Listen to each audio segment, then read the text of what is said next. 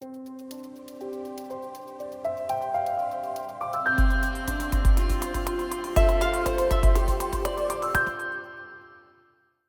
name is Carrie Lederer, and I'm the curator of exhibitions here at the Bedford Gallery at the Lesher Center for the Arts.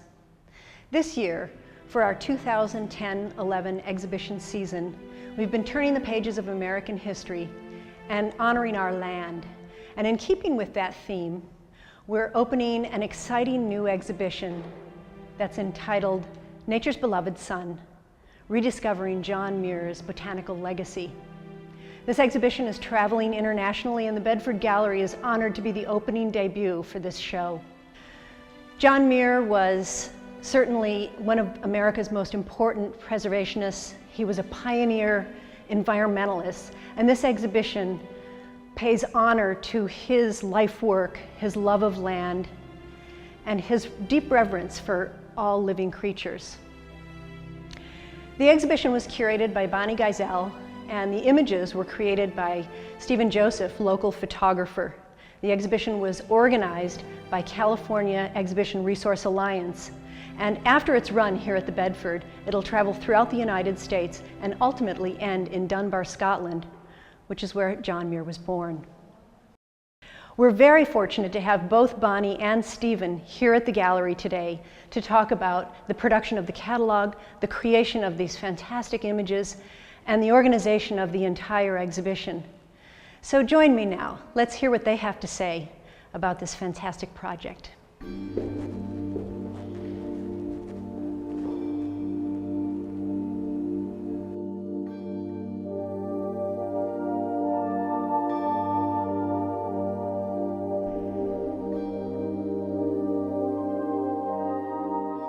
In 2003, I decided to undertake a project to study the landscapes across which John Muir traveled. I wasn't exactly sure what the book was going to look like. Had no real idea, but just a passionate drive to explore Muir in a different way. And this was going to be the study of his life as a botanist. I had already published a book and several articles that highlighted Muir's journey as a botanist, but I knew there was more to the story, and so that was what I was seeking. I called Stephen Joseph, a photographer who I'd been working with in Yosemite at LeCompte Memorial Lodge, where I'm the curator, and asked him if he wanted to help me with this project, if he would photograph and then ultimately return to scanning the plant specimens collected by John Muir. And so that's how the collaborative project began. I still wasn't exactly sure what it was going to look like. Eventually, the book became sort of a balance between images and text and traced the story of Muir's life all the way through Alaska and the plants that he encountered along the way.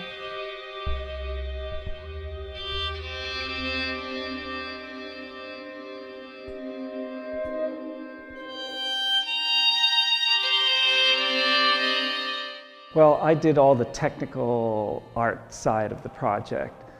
Bonnie brought me into the project to illustrate. We didn't have a book at that time, but we were working on the project, and pretty much I was in charge of photographing all the plants that Muir picked and then restoring them back to a state that looked similar to Muir would have seen them 140 years ago.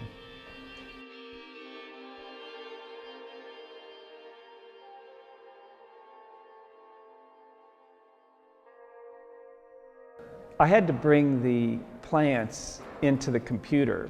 So to do that, I scanned them first on a very high resolution on a flatbed scanner. So I had to take the herbarium sheets with the plants on them, turn them upside down on my scanner, which I didn't ruin a single plant, I'm happy to say, and then scan them and then bring them into the computer and start working with them in Photoshop in layers. So the plants were in terrible shape.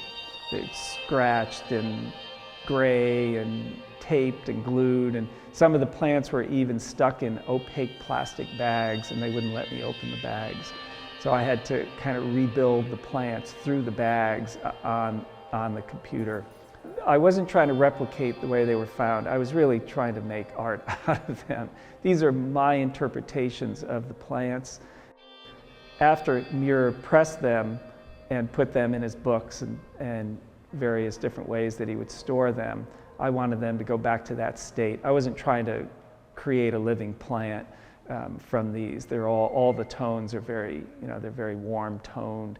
I tried picking up on colors that were in the plants. On some of the plants you'll see some blues that survive.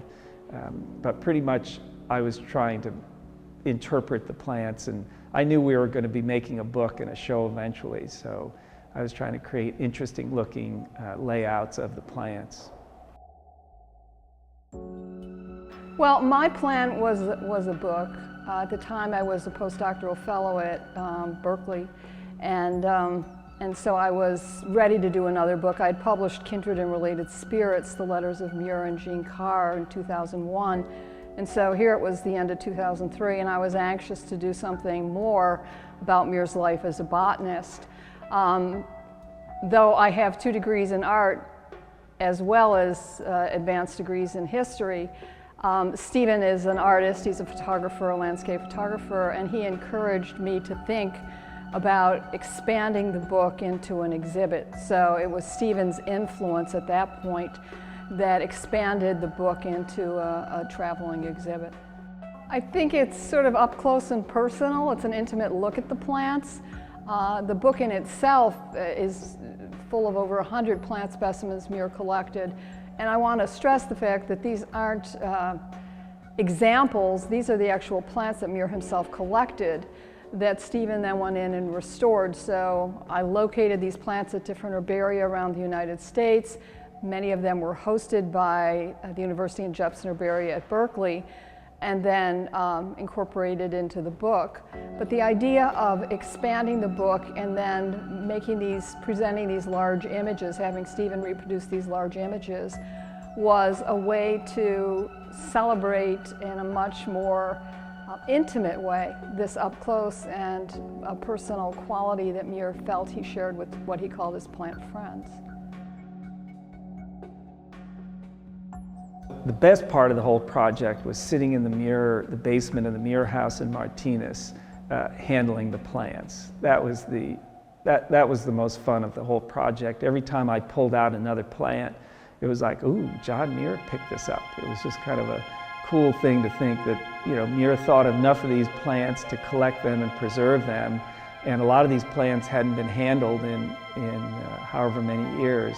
So that was a thrilling part for me, that I could sit in the Muir house and look at all these plants and then photograph them, scan them, and then later work on the computer work was pretty tedious, and I enjoyed creating the prints, but it was a lot of hours. Each plant took about up to 20 hours of computer time to restore, and I made 600 scans at about 30 minutes per scan, so that's a lot of hours, and then each plant took anywhere from 6 or 7 hours up to about 20 hours to restore, and I restored 170 plants. So it was a very time-consuming bit. But just the whole time I was working on it, I was thinking, oh, this is something that John Muir picked, or this was important enough to Muir to have been preserved.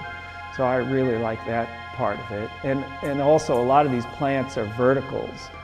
So I was noticing that a lot of my photography was turning out, I was doing verticals. I started doing more waterfalls, and I was working in Muir Woods for a while, so I was doing all these vertical redwood trees. So I was influenced quite heavily by looking at all these vertical plants. All of a sudden I was creating vertical landscapes. So that was kind of a neat tie-in also.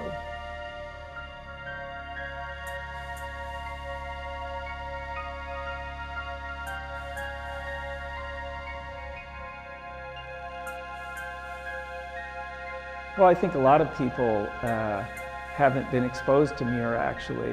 When my son was in 4th grade and studying the history of California, and I looked at his textbook, and there was not a single mention of John Muir in this whole textbook of California. And I went into the teacher and I said, "Where's Muir?"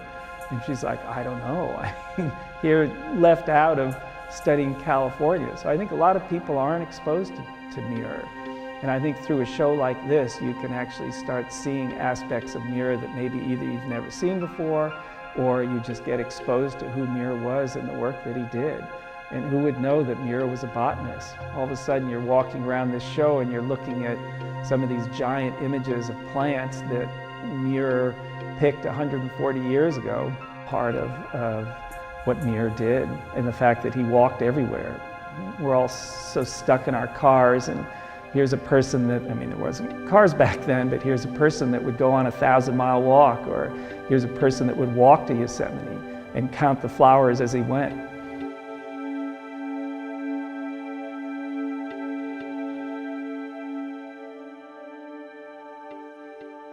To find out more information about the current exhibition, the artist workshops, about tours, or renting the gallery for a special event, look for us on the website at www.bedfordgallery.org. I hope to see you soon here at the Bedford Gallery. This exhibition is on view through March 27th, so join us soon.